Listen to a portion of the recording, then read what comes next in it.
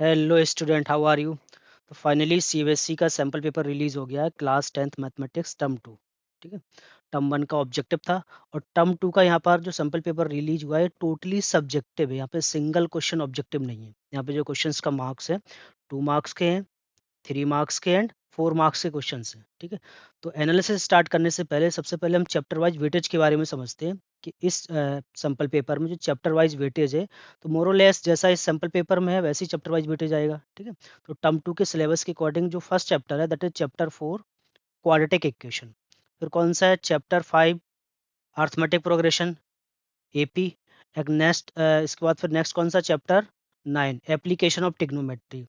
फिर chapter 10 circle and chapter 11 कौन सा है? कंस्ट्रक्शन। कंस्ट्रक्शन के बाद फिर चैप्टर 13 है सरफेस एरिया एंड वॉल्यूम और चैप्टर 14 स्टैटिक्स। ये टोटल चैप्टर है। चैप्टर 4 कौन सा है? Quadratic, 5 AP, 9 application of trigonometry, circle, 11 construction, surface area and volume and statics. अब इस सैम्पल पेपर के अकॉर्डिंग इसका चैप्टर वाइज वेटेज क्या है उसके बारे में समझते हैं। ठीक है। तो इस सैम्पल पेपर को मैंने जो एनालिसिस किया उसके अकॉर्डिंग जो चैप्टर 4 है, चैप्टर 4 क्वाड्रेटिक इक्वेशन, इसका 4 मार्क्स का वेटेज है। दो दो नंबर के दो क्वेश्चंस आए हुए हैं। एंड जो एपी है, एपी का 6 मार्क्स का वेटेज है। इसमें एक केस स्टडी है 4 मार्क्स का और एक 2 मार्क्स का क्वेश्चन है। And chapter 9 application of trigonometry, इस कितना हुआ? 32, 32 प्लस 8 कितना हो रहा? 40 मार्क्स का हो गया ये। तो टोटल कितने मार्क्स का है? 40 मार्क्स का है।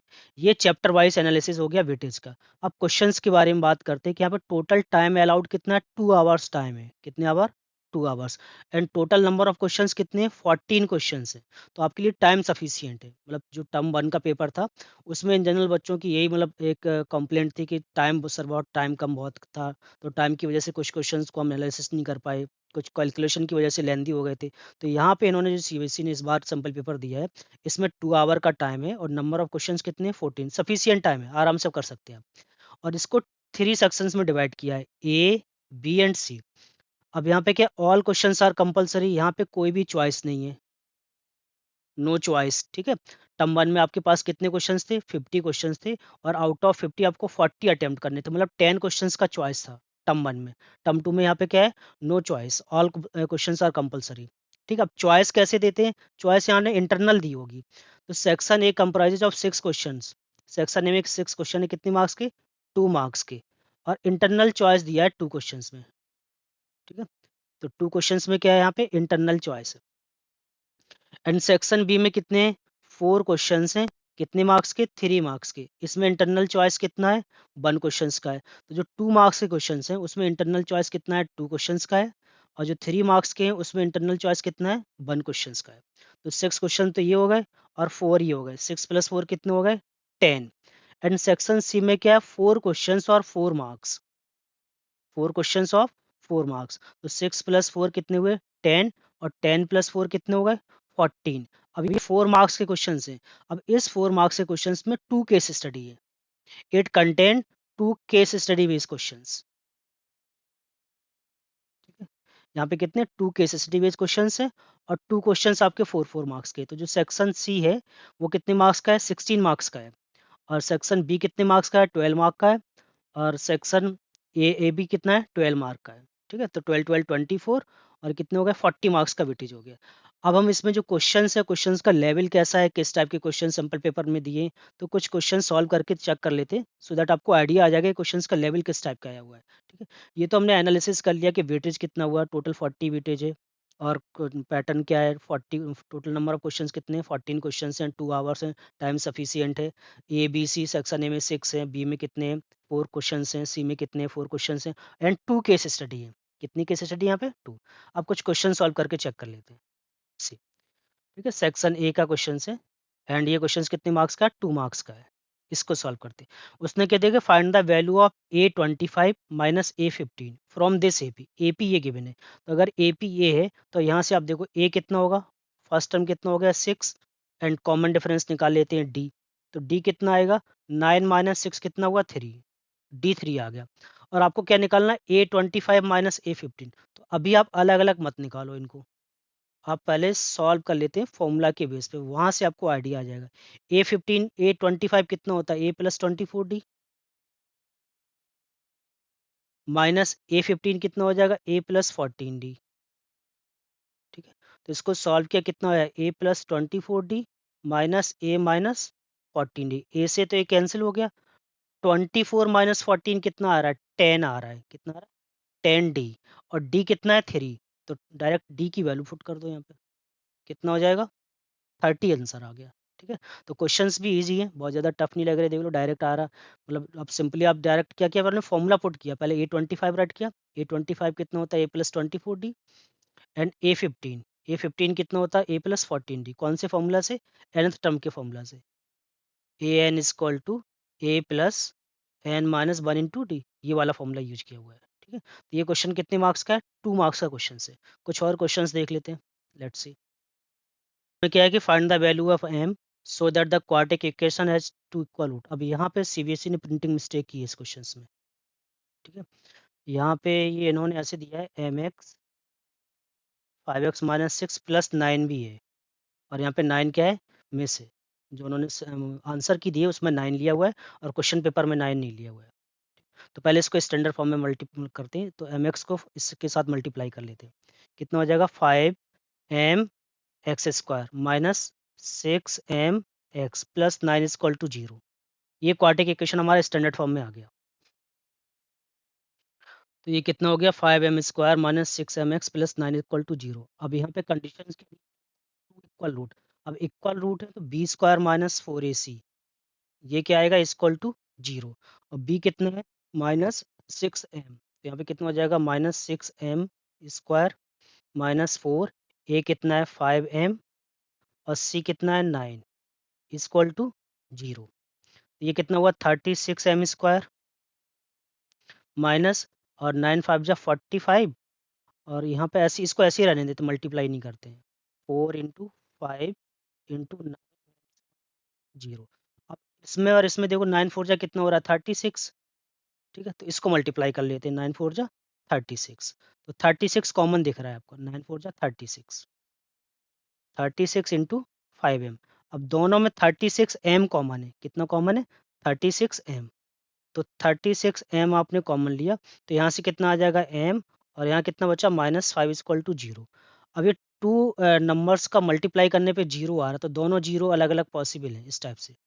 इधर 36m इक्वल टू 0 होगा, और m माइनस 5 इक्वल टू 0 होगा। दोनों में से कोई एक 0 होगा, दोनों एक साथ 0 नहीं हो सकते। ठीक है, तो अगर तो m इक्वल टू कितना, 0, और यहाँ से m इक्वल टू कितना होगा, 5। तो अगर आप m इक्वल टू 0 पुट करोगे यहाँ पे, तो ये क्वाड्रेटिक ही नहीं रहेगा, सब कुछ 0 हो जाएगा। तो जो m इक्वल टू 0 वैल्यू है, ये क्या हो जाएगा, रिजेक्ट, और m इक्वल टू आंसर कितना आएगा, 5 आ जाएगा। तो दोनों आंसर नहीं राइट करना है आपको, m इक्वल टू 0 और 5 दोनों आंसर नहीं है। आंसर क्या है, सिर्फ m इक्वल टू 5 है। 0 रिजेक्ट हो रहा है, रिजेक्ट क्यों हो रहा है, क्योंकि m इक्वल टू 0 रखने पे दिस इज नॉट क्वाड्रेटिक, ये खत्म हो जाएगा, कुछ बचेगा नहीं। ठीक है, तो ये कौन सा था, क्वेश्चन नंबर 2 था। अब कुछ और क्वेश्चंस ले लेते हैं, लेट्स सी।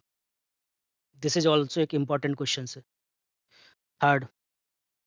ये भी 2 मार्क्स का क्वेश्चन है, ये सर्कल चैप्टर से है। ठीक है, तो उसने क्या गिवन है यहाँ पे, कि from a point P to tangent, ये 2 टेंजेंट ड्रॉ है, PA and PB are drawn to the circle C0, C0, का मतलब क्या है, कि इसका जो सेंटर है वो ओरिजिन पर है, और R क्या है, रेडियस है। ठीक है, OP इक्वल टू 2R, ये जो OP लेंथ गिवन है, ये कितना गिवन है, 2R, एंड रेडियस OA कितना है, R है।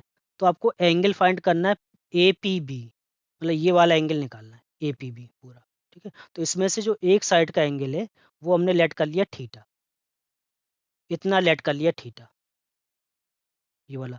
अब ये थीटा है, तो ये एंगल भी कितना होगा, थीटा होगा। ये ऑलरेडी सर्कल की प्रॉपर्टीज होती, वहाँ से हमने अभी इसके चैप्टर वीडियो अपलोड करेंगे। और वन मोर थिंग, अगर आप न्यू हैं, आपने अभी तक चैनल सब्सक्राइब नहीं किया, तो प्लीज़ सब्सक्राइब करें, अपने फ्रेंड के साथ जरूर शेयर करें। ठीक है, तो आपको क्या फाइंड करना है, ये फाइंड करना है APB, मतलब 2 थीटा की वैल्यू निकालनी, तो हम थीटा फाइंड कर लेते हैं।